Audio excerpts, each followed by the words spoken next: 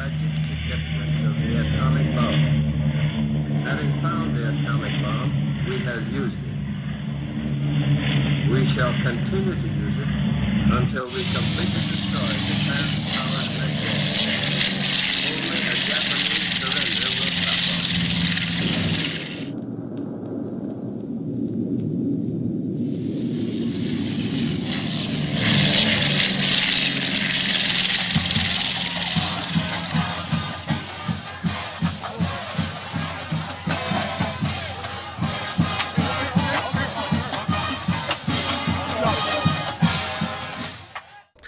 Les gens le collent sur leur voiture, sur leur pare-choc, fiers du champignon. Les champignons atomiques poussent partout, sur les t-shirts, les casquettes, les chaussettes. Vous pouvez acheter des sweatshirts avec le champignon, des bavoirs pour bébé avec le champignon atomique. La mascotte du lycée de Richland est un champignon nucléaire. Et ça, c'est vraiment fou.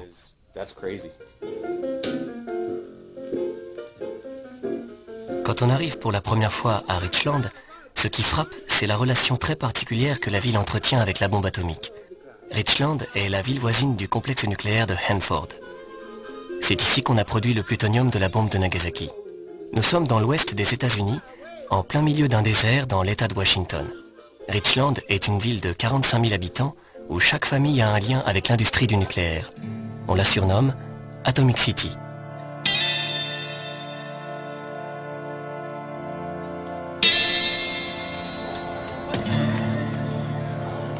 En pénétrant dans le lycée de Richland, on reste un peu interloqué. Le champignon atomique sert de mascotte aux élèves. L'équipe de football s'appelle les Bombers. Dans la région, les Bombers sont réputés imbattables.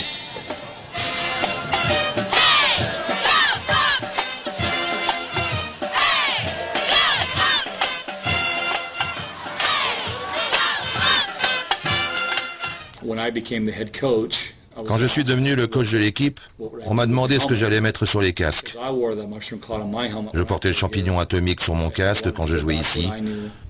Et j'ai voulu revenir à ce que je connaissais. On a donc remis le champignon, en pensant que c'était une bonne chose.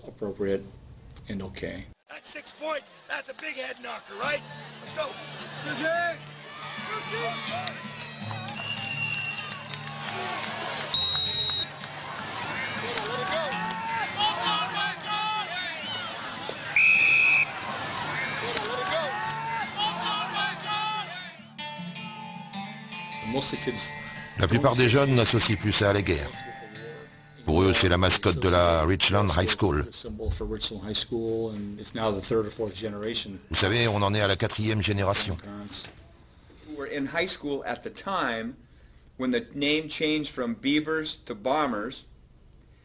Some people who were in that class say they changed it because of the dropping of the bomb on Hiroshima. Others say no, they changed it because of the B-17, the day's pay, which is a B-17 bomber.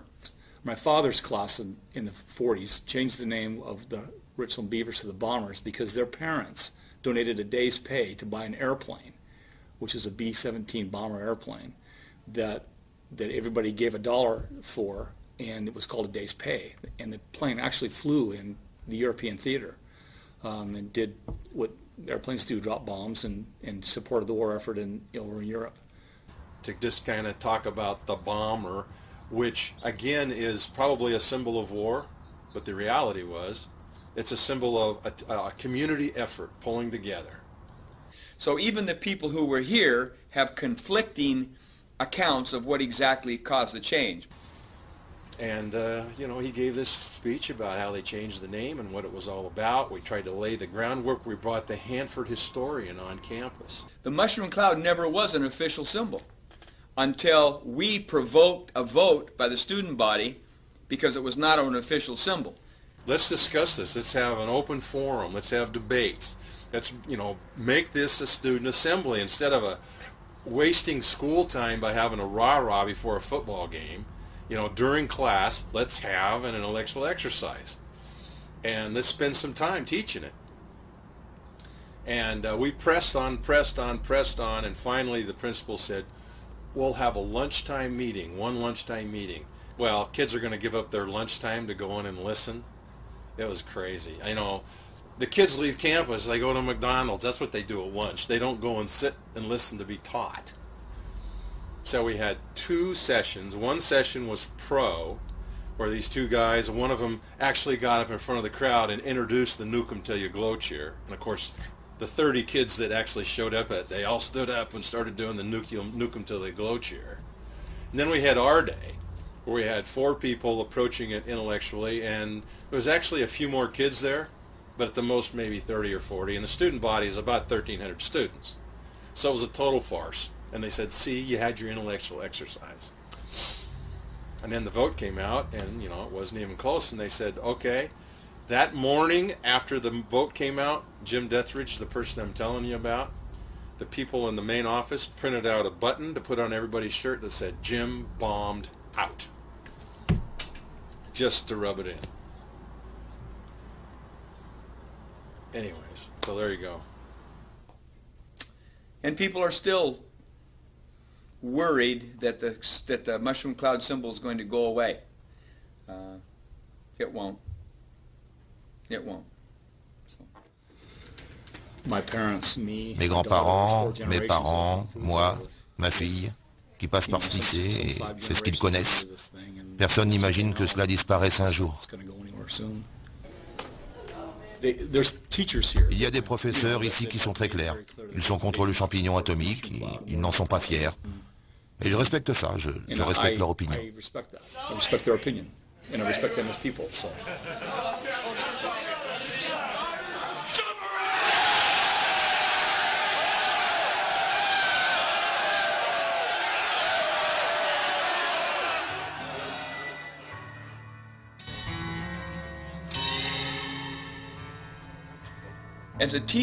En tant que professeur, mon but a toujours été de bousculer la façon de penser des élèves. Je leur pose des questions complexes. Et cette controverse en particulier est parfaite pour ça.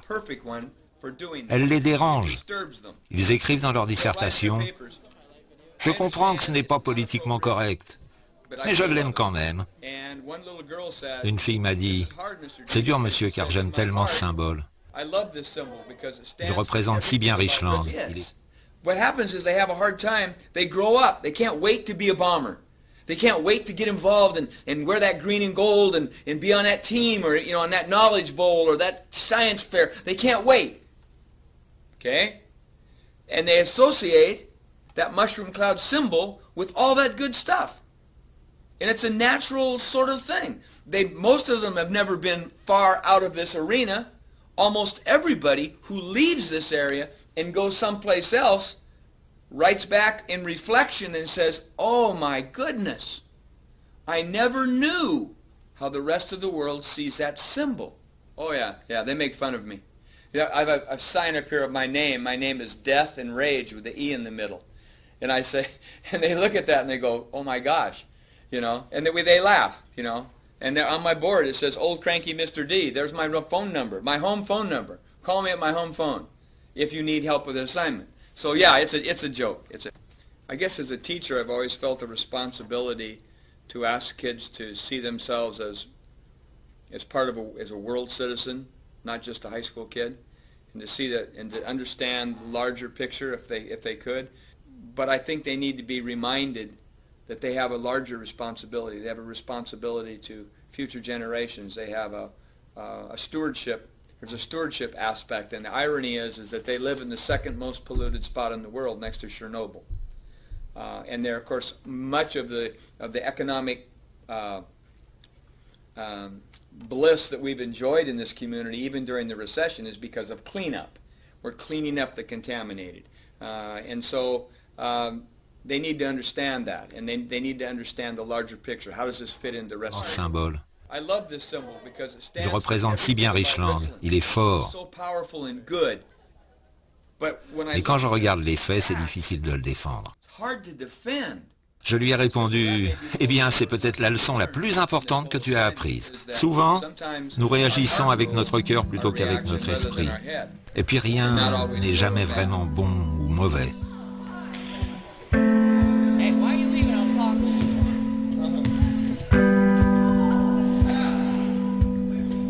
Ancien coach des Bombers, Scott était aussi professeur d'histoire au lycée.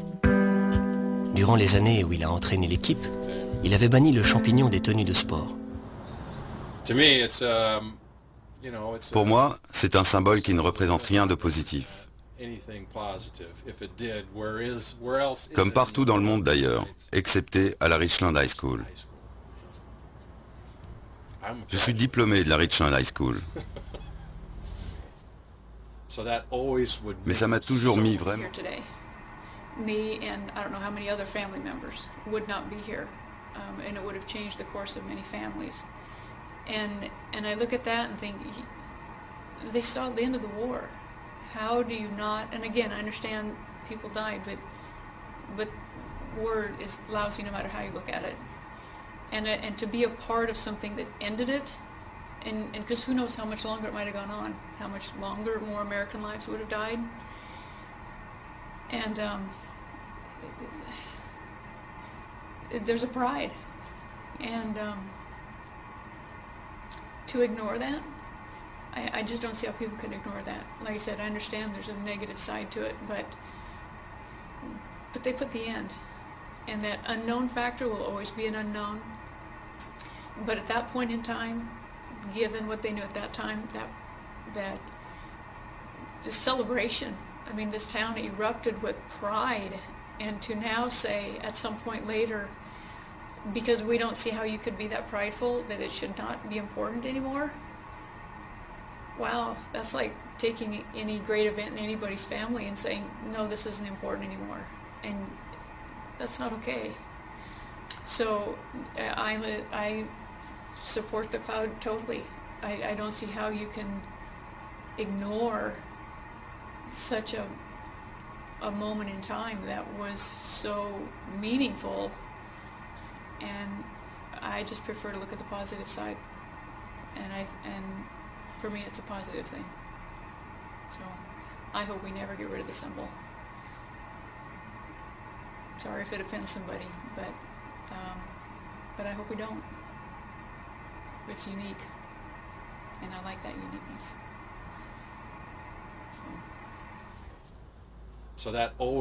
Mais ça m'a toujours mis vraiment mal à l'aise. En même temps, ça m'a toujours tenu à l'écart des honneurs en tant que coach.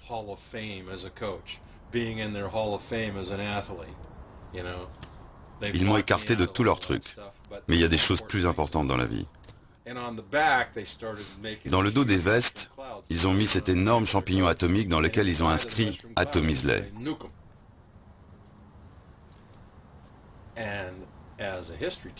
Et en tant que professeur d'histoire, c'est vraiment dur d'accepter ça. Quand vous savez ce que signifie Atomise-les, pas seulement au niveau de la Seconde Guerre mondiale, mais dans son sens global. We had a contingent from Hiroshima come to visit the community to commemorate an anniversary of that particular event. And, you know, they came to extend friendship and say, everything's cool now, you know, we've grown up, everybody's grown up, we understand. And the principal asked me to take this entourage on a tour of the campus at the high school. One of the members of the contingent was actually a survivor of Hiroshima. So we walked over to the gymnasium, which you probably saw. That was before the big airplane was up there. And they walked into the gym, and there on the floor was this huge mosaic mushroom cloud. They all stopped and just froze and just had this funny noise. You know, Japanese are very polite. You could hear just this and there was this negative energy. We then walked into the big gymnasium, and of course you saw that also in the center of the floor. There was this huge mushroom cloud, and they all kind of got that negative feeling, and I was starting to get this, oh my, how am I going to deal with this thing? And I asked, are there any questions? Are there any questions? And again, very polite. Oh no, thank you, thank you, thank you. And so we walked around, and we went upstairs to the library, and on one of the walls in the library, a student had painted a mural of of students in motion, you know, shadows of students in motion walking, people walking. There was 5 or 6 shadowed images on the wall. And before I even saw the response, it instantly clicked with me. You know, that's the only thing that was left of 60,000 people in Hiroshima was their shadows painted on the concrete from the actual explosion. You know, it was a reverse effect. Everything was burnt except etched in the concrete were images of people. And as soon as they saw those shadows on the wall, they thought it was another attempt to glorify Hiroshima. And that stopped them. It stopped them, and there was tears in their eyes. And it was at that point that I realized, oh my goodness, I'd never even thought about that particular image that way, but as soon as I came up the stairs with these people, I did. I anticipated it. And I actually grabbed one of their hands and I said, let's move. You know, let's move. And they were so shaken. You know, from seeing this proliferation of mushroom clouds everywhere, and then to see that, it was very powerful. So we had, shortly thereafter, they were going to address the faculty. We had all of the faculty together in a room, and they had a little present they wanted to present, like a peace offering and a commemorative thing, and, you know, a friendship. And so they started to speak, and our principal was so visibly upset about just their physical presence on campus that he stopped the commentary by the one sole survivor of Hiroshima and said, "We didn't start the goddamn war. It was you." And he stormed out of the room. And of course, God, we're all sitting there, you know, the faculty are just going, oh my. And so a couple of us jumped out of our chair and escorted the people out. And that says a lot about the attitude in relationship to, you know, this mushroom cloud thing. And I don't see how it can possibly be appropriate for an educational institution. It's hard to see another generation. C'est dur de voir une autre génération se faire endoctriner sous l'influence du champignon. C'est vraiment dur de voir que ça continue. Le champignon atomique, c'est toute l'histoire de Richland. Elle commence en 1943, en pleine Seconde Guerre mondiale. Le gouvernement fédéral choisit alors le désert de Hanford pour produire du plutonium. Le site est isolé et la rivière Columbia permet de refroidir les réacteurs. L'épopée industrielle est lancée, classée secret défense. Nom de code, le projet Manhattan. On est devenu le plus gros producteur de plutonium au monde. Tout le système opérait dans le secret, l'isolement et le privilège. Pour produire des armes nucléaires en un temps très restreint. C'est une prouesse industrielle et technologique. 50 000 ouvriers en provenance de tout le pays participent au projet Manhattan.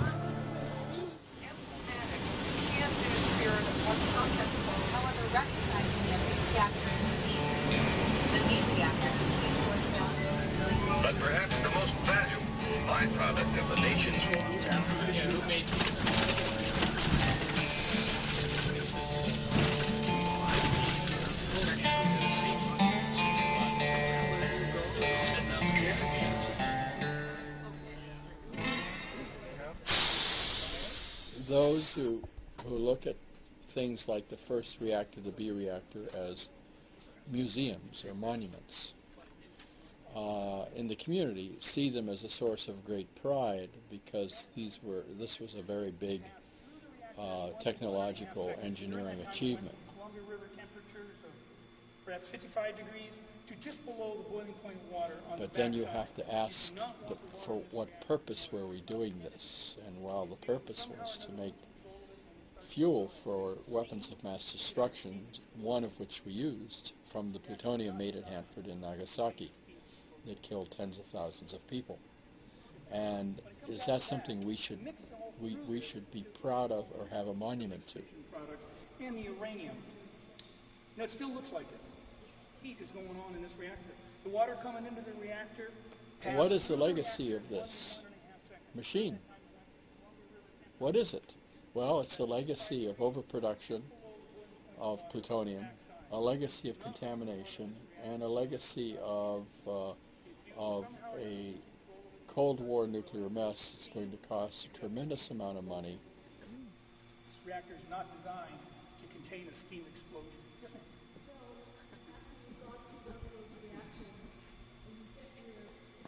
So should the B reactor be a monument?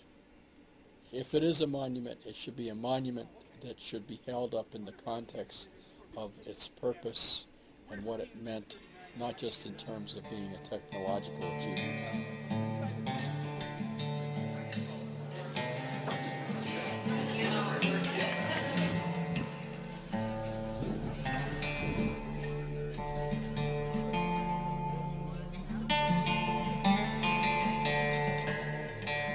50 000 ouvriers en provenance de tout le pays participent au projet Manhattan.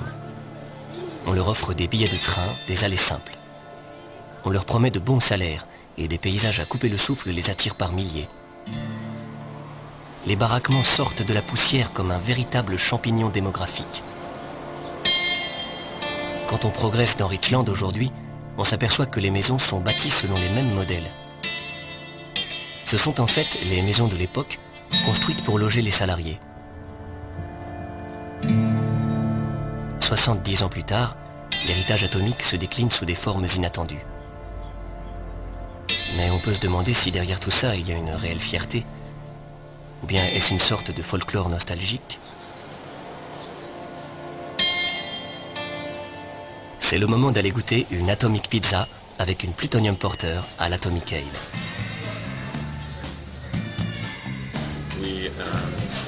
On a des noms géniaux pour nos bières. Half-Life Hefeweizen, Atomic Amber, Plutonium Porter, International Pluton Pale. Ça s'amuse bien. On évite d'utiliser des symboles comme la bombe ou le champignon atomique. On préfère jouer sur la nostalgie de l'ère atomique et l'histoire de ce lieu. Les clients aiment bien. Il y en a très peu qui voient ça de manière négative. On a ouvert il y a 15 ans et ces dernières années, c'est devenu de plus en plus populaire d'utiliser le mot atomique pour son business.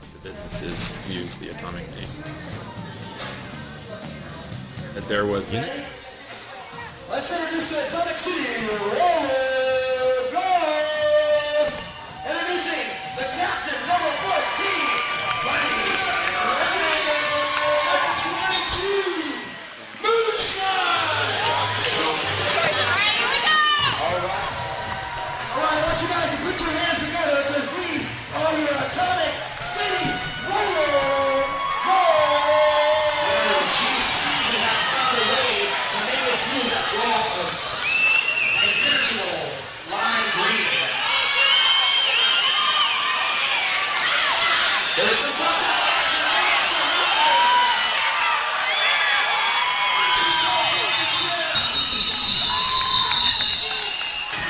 And it looks like, oh, Buddy Rabbit Box. It's a Micha into the turn.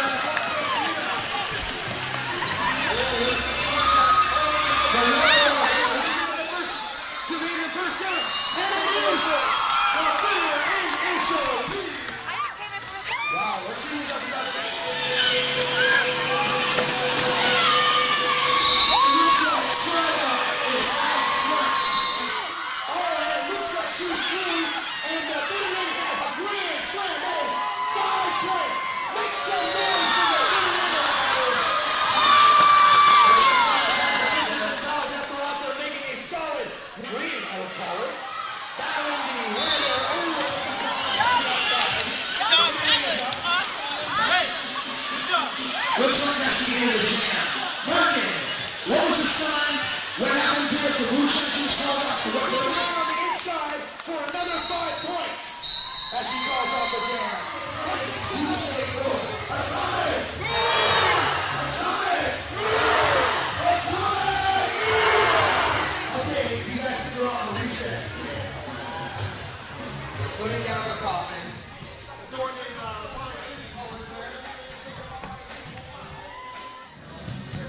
Il y en a qui disent ici que si vous êtes contaminé par les radiations, la meilleure chose à faire est de boire beaucoup de bière pour purger votre organisme.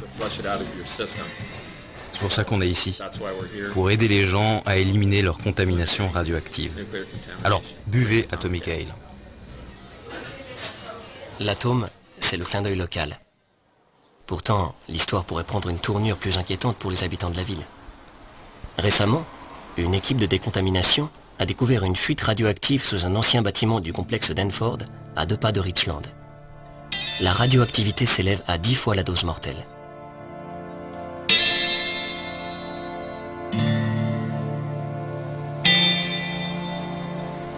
Allons voir de plus près à quoi ressemble Hanford. Nous quittons l'oasis de Richland pour le désert.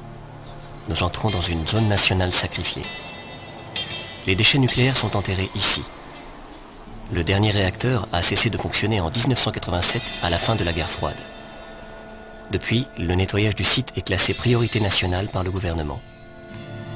Hanford est le site le plus contaminé du monde après Tchernobyl.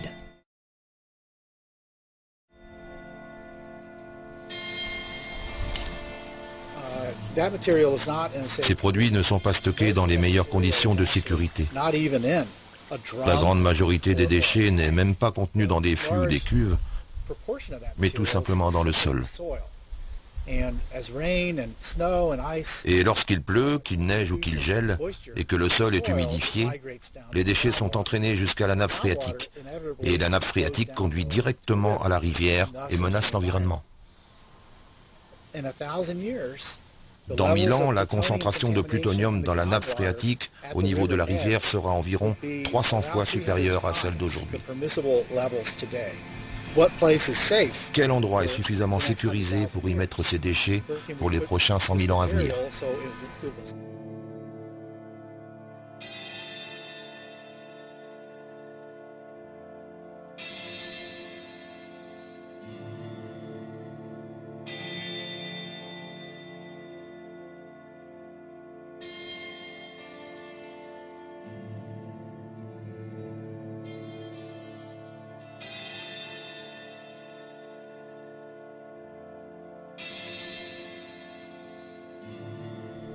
Radiation in our environment, you know, and there's snakes in our environment too, and the snakes bite you. It doesn't mean that it's good, you know. No, you know, people die from that too. So, you know, an increase in that radioactivity is scientifically proven to be harmful. So there is no such thing as a safe level or dose of radioactivity. That's known. It is accepted by this predominant, you know, this vast majority of all scientists out there say, yeah, radiation is bad for you, period. End of story, no safe level. As humans, we're used to sensing our dangers, our poisons. So if we think a piece of food is bad, we smell it, we look at it, is there green mold growing on it? Well, you don't eat it, right? If it tastes funny, you spit it out. You can have a cherry that is so contaminated with radioactivity that in an hour it will kill you. But you wouldn't know it holding it in your hand. So that's the nature of the problem here, is that it's a silent toxin. So, pour les prochains 100 000 ans à venir. So it will stay in the place we put it for 100,000 years.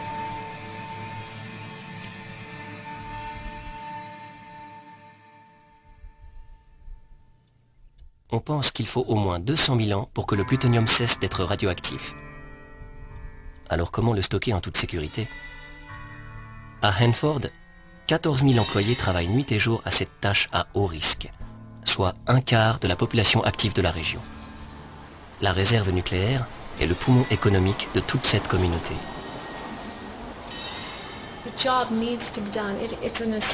Le travail doit être accompli, c'est une nécessité. Nous devons nettoyer le désastre que l'on a causé. Dans la région, c'est sans doute l'un des meilleurs salaires que l'on peut trouver. Et j'en ai profité. J'ai élevé 5 enfants ici et j'ai eu une bonne vie.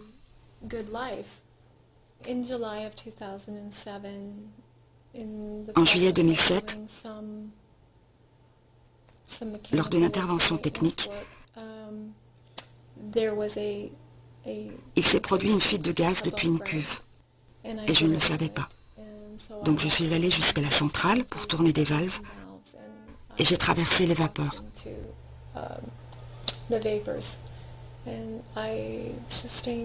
Et mes poumons ont été endommagés.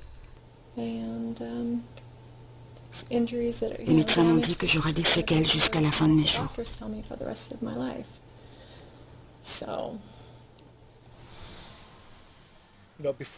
Avant d'être victime, personne n'imagine que c'est si dangereux. Mais après avoir été touchés, oui, ils ouvrent les yeux et deviennent convaincus de la dangerosité. Je crois que pendant longtemps, personne ne voulait croire que les travailleurs pouvaient être touchés. On préférait penser que non. Telle personne était particulièrement sensible. Mais ce n'est pas le cas. Les gens sont encore victimes. Même depuis mon accident en 2007, il y a eu d'autres opérateurs touchés. Et pas forcément au sein même de la centrale, mais à des endroits qui sont supposés être sûrs, comme les bâtiments de contrôle ou les parkings par exemple. La seule source d'information vient de là-bas. Et il y a un discours ambiant qui s'est développé sur le thème sécurité, sécurité, sécurité. Et même si ce n'est pas sécurisé, on l'entend si souvent qu'on finit par le croire. De fait, beaucoup de travailleurs eux-mêmes croient à ce discours. Donc ils ne portent ni masque ni protection. Et les collègues qui se plaignent un peu trop fort ou un peu trop souvent sont invités à la fermer. Cheryl aimerait retrouver un job moins contraignant au sein de Hanford. Mais elle n'essuie que des refus. Selon elle, c'est trop tard. Elle est passée de l'autre côté, le côté d'une vision critique. Ce n'est jamais vraiment dit qu'on pourrait perdre son job. Mais on ressent que si on fait trop de vagues, ce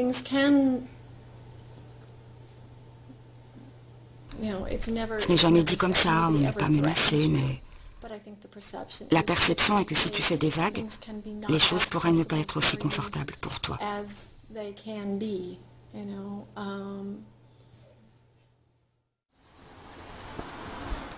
À Richland, remettre en question la sécurité nucléaire, c'est remettre en question l'avenir de la ville. Car Hanford a besoin de main-d'œuvre, des jeunes si possible. Kyle Lorenzen a 27 ans. Il semble avoir littéralement plongé son bras dans l'histoire iconographique de la ville. C'est une sorte d'hommage à chez moi. C'est ici pour toujours, et c'est quelque chose dont je pourrais parler toute ma vie. Et les gens veulent entendre cette histoire.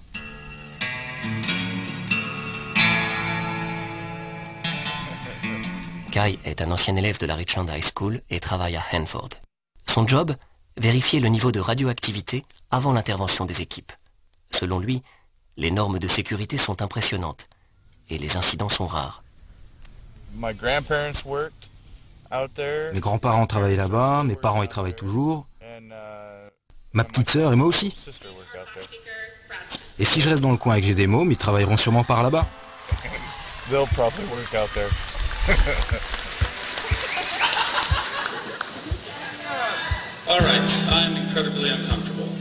Non seulement tout le passé de Richland est lié à la bombe, mais en plus, les jeunes générations seront sollicitées pour achever la dépollution. Combien d'élèves du lycée de Richland se retrouveront à Hanford? Pour cette communauté, le nucléaire est une affaire de famille.